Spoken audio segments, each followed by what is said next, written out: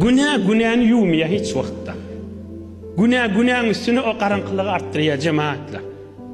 Çoğan dostlar dinlesinler. İki dost varmıştık, ikiciği işlepçik, halal çörek yığınap ibadet etyenmiştikler.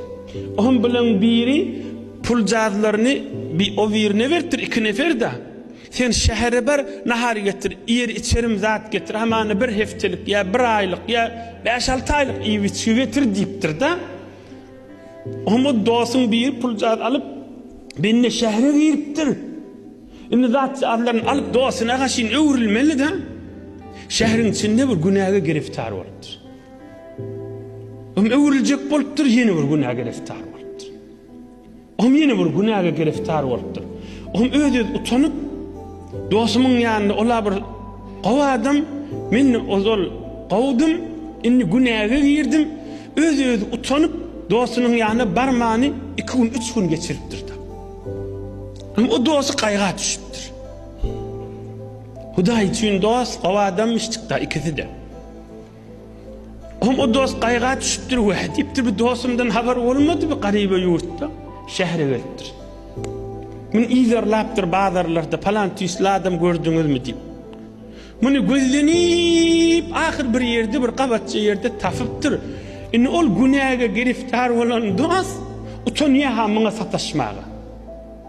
Ol ibadetten gelyen bir dostun izarlap, anırdan gele kanımın kucaklap, okşaptır, dostum deyiptir. Gelmedin de deyiptir. Biliptir bir dostunun günaha giriftar olalığını.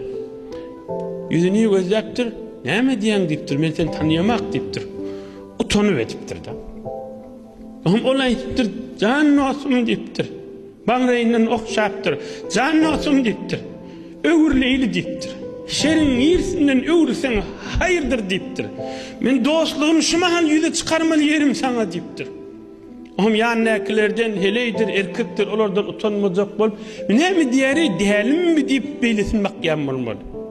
O dost yeni kucaklap, ağlaptır, can olsun menden utanma deyiptir. Hudaydan utanayım deyiptir. Menden hiç çekinme, hiç vakit yüzüme vurmarın deyiptir, yanlışanın deyiptir. Can olsun gideyli deyiptir, inni koy bir milenine de deyiptir. Elinden yap şakana çıkıp gidivertir o. Elinden yap şakana bilece gidivertirler o.